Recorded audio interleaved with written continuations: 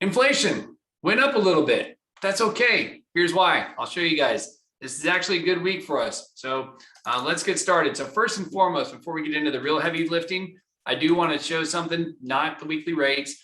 I have a bunch of people asking me about an FHA 40-year mortgage. I got to admit, I was fooled. I saw the same headline, immediately emailed my product people saying, hey, when are we getting this? What are the details? Turns out, guys, the 40-year FHA is for people that are doing loan modifications or loss mitigation, meaning you have an FHA loan and you're about to go into foreclosure. This is a way to where they will modify that loan to help reduce mortgage payments. So unfortunately, it's not for the typical everyday person buying a new home. It's for people that have them and they're trying to avoid foreclosure. So FHA, they are coming out with a 40-year mortgage, but it is not for most of the consumers. So there you go. But rates this week, we're up a little bit, 6.7. If you guys have been watching these videos, we said that April rates were probably going up in April. So here we are at 6.7-ish. I will tell you, rates are probably closer to the mid sixes at this very moment from what I've seen. But this is just showing, kind of where we're pulling it from different websites. Here's the graph, guys. Remember, green is good. When the graph goes up, that means lower rates. So green is good. You guys can see the big movement started back here, middle of the chart.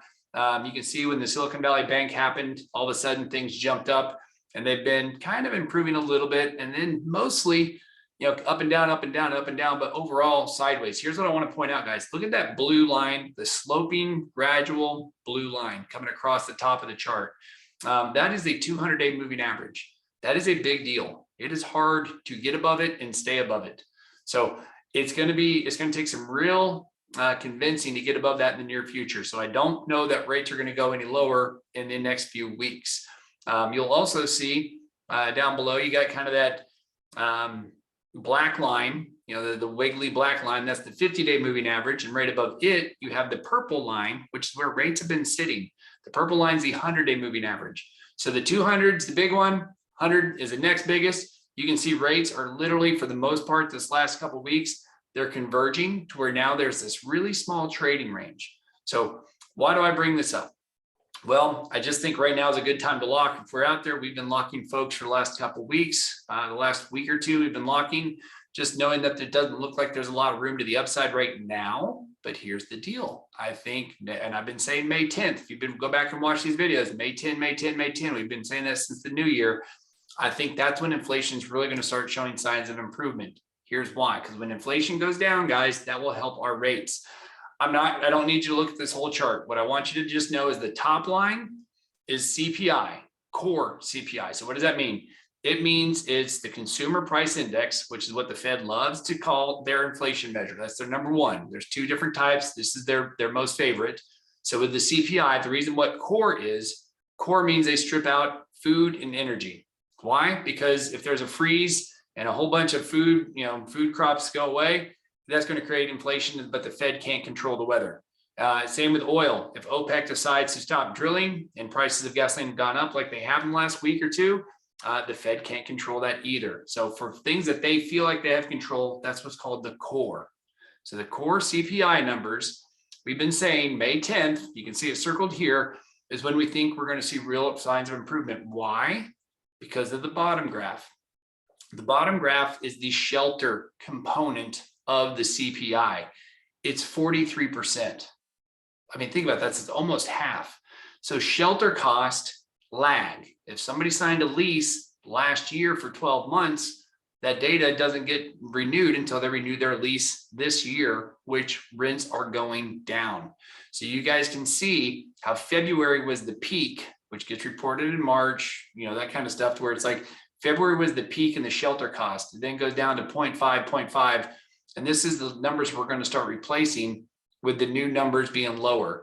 So again, come May 10th, when the shelter numbers go down, that's when you're going to see CPI come down. So here's a whole bunch of things. Again, we won't spend a lot of time on this, but it's basically saying the same thing. But here's the biggest stat I wanted to bring up for the used cars. Guys, 17% of people who have their cars financed, of whoever's got a car loan, 17% of them are paying over $1,000 a month on a vehicle. That's a lot of money. A year ago, it was only 6%. So why the change? Simple.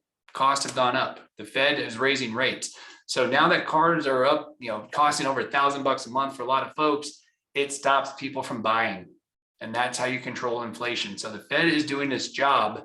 They have done its job. I would like for them to pause. I don't think they will. They like to drive looking in the rearview mirror.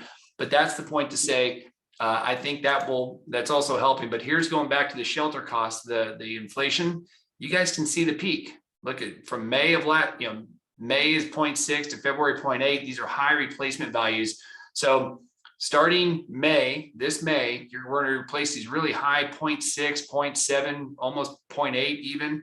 These values are going to get replaced, which is going to bring our inflation numbers down. So I do think, and I'm going to be bold, and I've been saying it, I think second half of this year, we're going to see rates in the mid fives, maybe low fives, but we're coming down much lower than today. This is an FYI for all those in Dallas. If you don't know it, the appraisal district, their website got hacked a couple months back. It was not fun. It is what it is. But for that reason, they're going to have some delayed notices for your notice of value for property taxes. So that's just my public service announcement for you. I did see this also, guys.